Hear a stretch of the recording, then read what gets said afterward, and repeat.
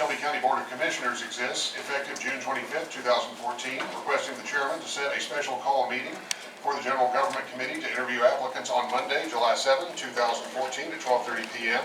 Setting July 7, 2014 as the date to fill the unexpired term of Commissioner Henri E. Brooks, August 31st, 2014. Accepting the adoption of this resolution as statutory notice of the necessity to fill the vacancy. Authorizing the chairman of the Shelby County Board of Commissioners to publish notice of the interim appointment, and requesting the Shelby County attorney to conduct background checks on all applicants for said vacancy. Sponsored by Commissioner Mike Ritz, add on in June 25th, 2014 committee meeting. Item moved by Commissioner Ritz. I need a second on this item, Commissioner. Second by Commissioner Rowland. Commissioner Ford, do you have a report? Item came before the General Government Committee and was passed down recommendation. Thank you, Commissioner Ford. Commissioner Bailey, you're seeking recognition? Chair, I think in view of the Chancellor's order of July 7th, we are restrained from proceeding for filling the vacancy. The order itself unequivocally states that the court grants a restraining order and hereby restrain the Board of Commissioners from filling a vacancy for District 2. Okay, Commissioner, were you in executive session this morning? Okay. County Attorney Marcy Ingram, can you respond to that? Yes, Mr. Chairman. You need to vote on the substitute resolution that I sent you all last week that's being passed out to now, please. This resolution that's being passed out is from you, the one sponsored by Commissioner Ritz. Hold on a minute. Mr. Chairman, would you recognize me, please? Absolutely.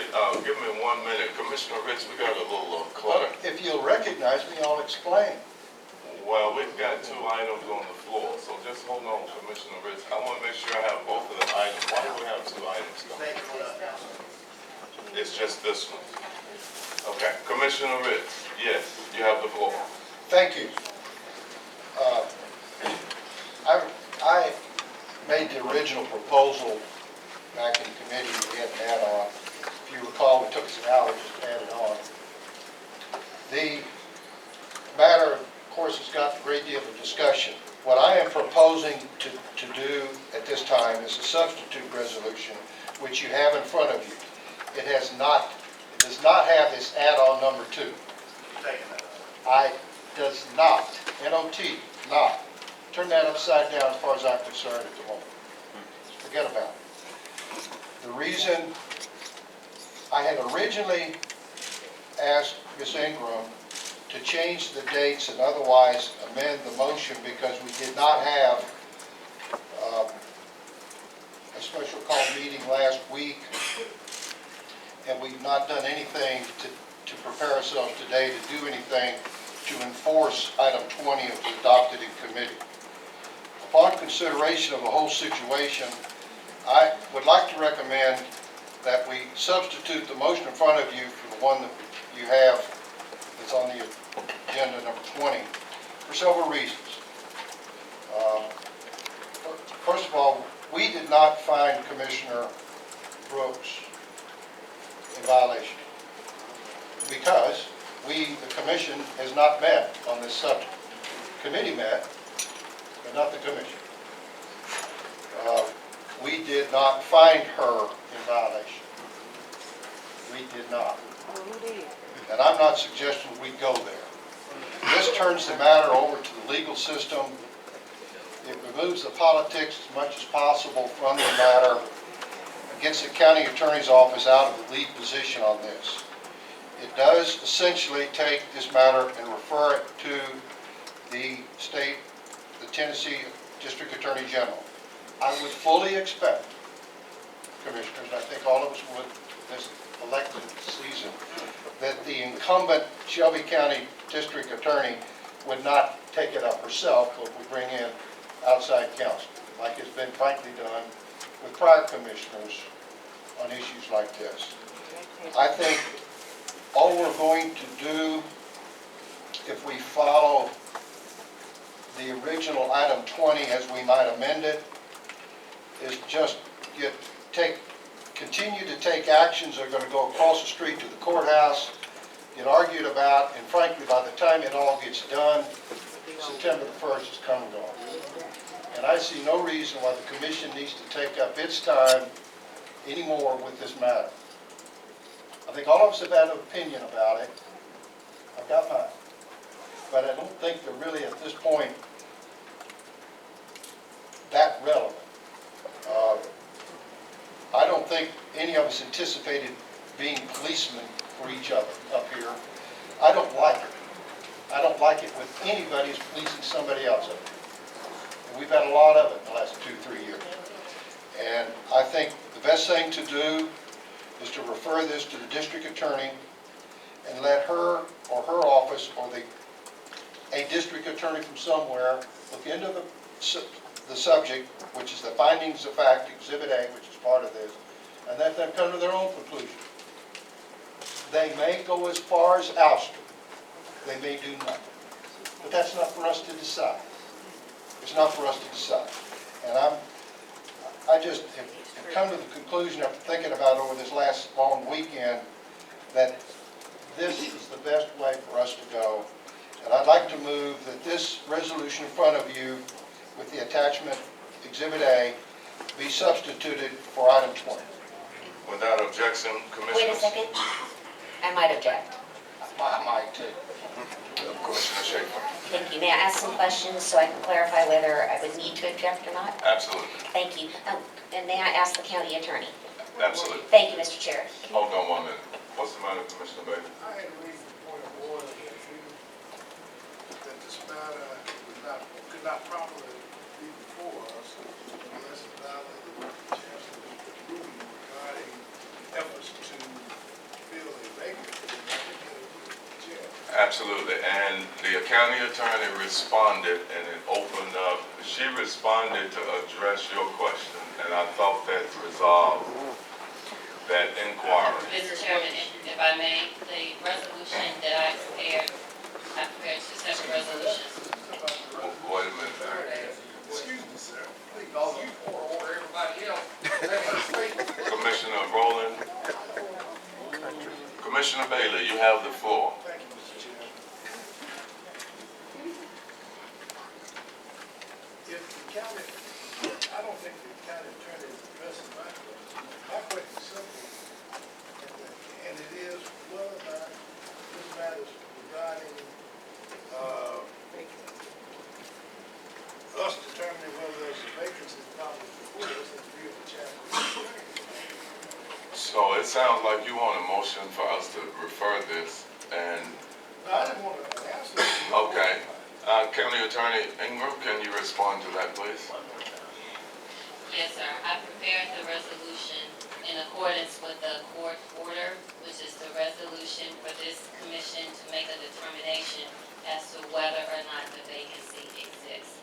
That's the resolution that was prepared in concurrence with what the court ordered. Commissioner Ritz sponsored that resolution, and he also has a second resolution that he sponsored.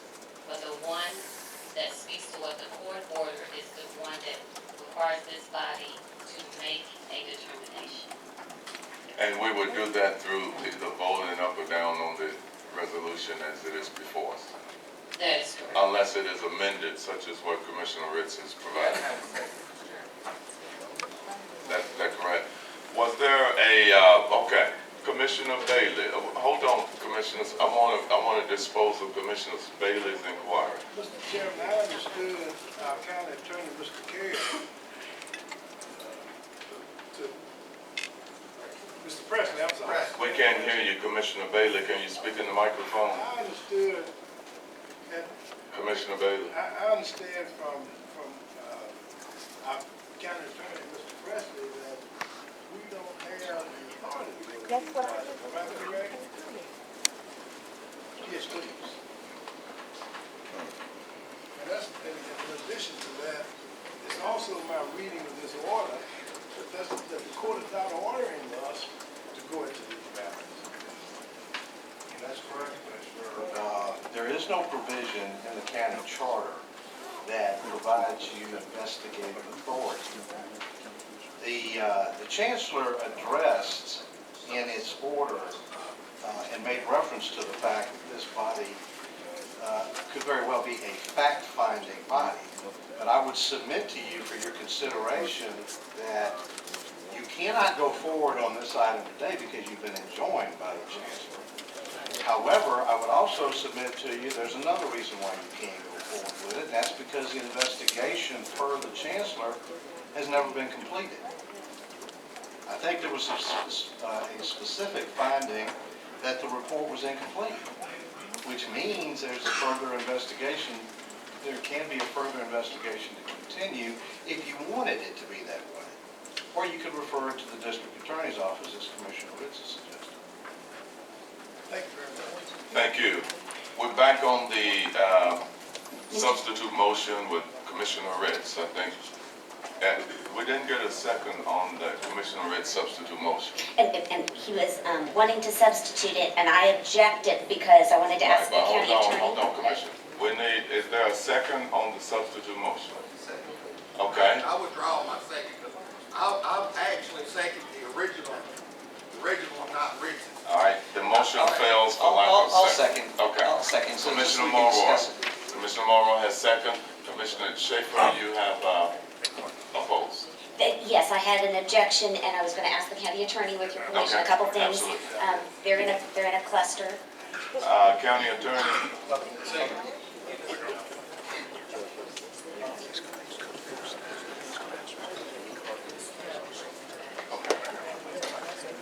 Ms. Ingram, may I ask you some questions, please, to help me try to figure out the best way to move down the road? If I may, say correctly what I said earlier about what the court said you all are supposed to do.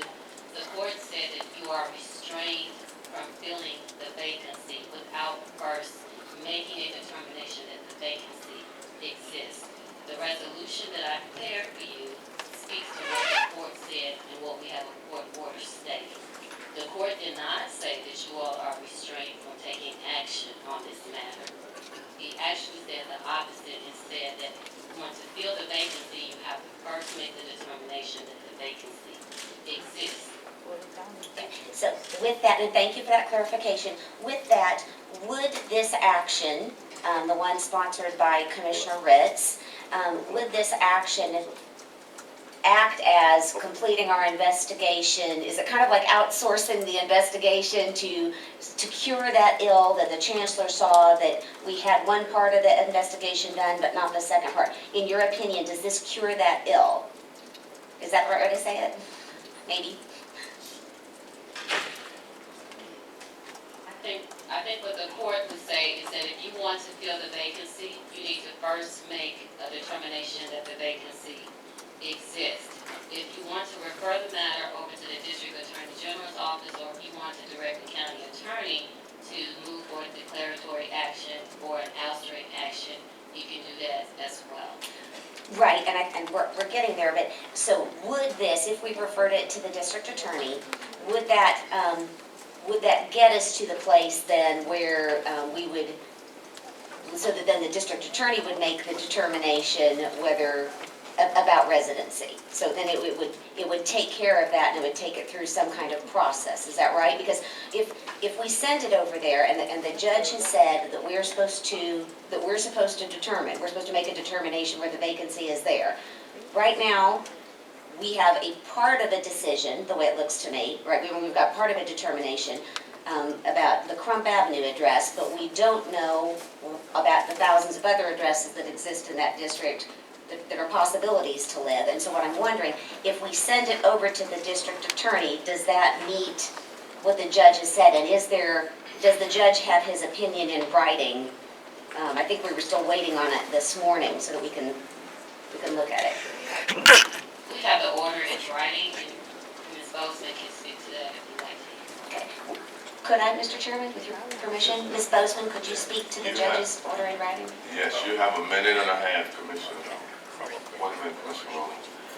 Ms. Bozeman? Yes, and I'm Jenny Bozeman, Assistant Shelby County Attorney, and I apologize, I missed your question to Ms. Ingram because we were talking about the order, but if you just would like me to explain the judge's order, I'm happy to. We circulated it prior to this commission meeting this afternoon, and I believe that everybody has got a copy of it. And this, Well, and this is the problem, Mr. Chairman. We've been getting paper after paper after paper sent down, and we haven't had time to consider. This is serious business to me, Mr. Chairman. I want us to move forward and make sure that we're setting a good precedent, a fair precedent for an open procedure that gives, in which people are innocent until proven guilty, and where we rely on fact to make a determination. And I'm getting some cognitive dissonance here about, we need to make a determination that the seat is vacant, but I don't know that the seat is vacant because I don't see all the information there that says that the seat is vacant. And so that's where I've got some cognitive dissonance here. And I'm trying to find some harmony, which is why I'm trying to get some clarification, but I only have like 30 seconds left. So if another commissioner wants to pick it up after me, that's fine. Mr. Chairman. Are you done, Commissioner? Yes, sir, thank you. Thank you. Commissioner Rowland, Thank you, Mr. Chairman. Let me see if I can, you have 5 minutes, Commissioner. put it into common sense. We did not vote the other day to get rid of Commissioner Brooks. All we did was voted in committee that her seat was vacant. The way the law is written, the way the charter is written, is when she left the Crump address and moved in with her daughter, automatically she disqualified herself. That's the way the charter's written. I myself think the chancellor respectfully overshot his authority, because at the end of the day, the governing body of that charter is us. Now, he is right that this body must make the determination over what to do about this.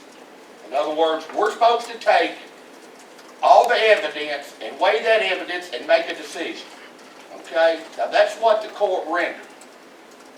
Now, and he said that that decision could end up back in court. But also, his decision is being appealed.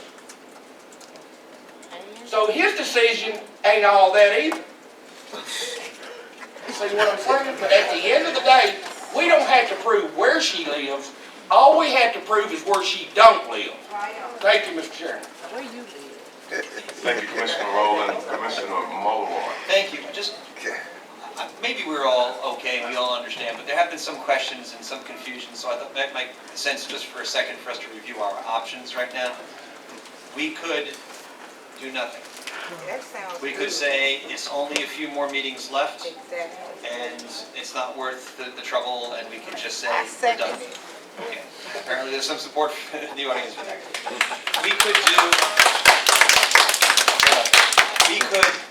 do as the county attorney recommends, or at least says we're entitled to do, which is today allow anybody who wants to speak, including Commissioner Brooks or attorneys or whatever, and then make a determination today, make a finding today that the residency has moved outside the district, and declare ourselves that a vacancy exists, and then, make some provision for filling the vacancy. We could do that.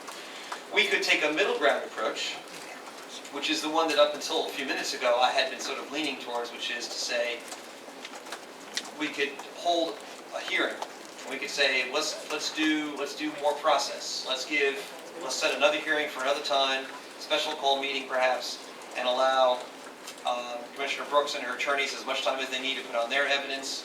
County attorney and others could put on their evidence. We can make a reasoned decision based on the facts of the law and decide then.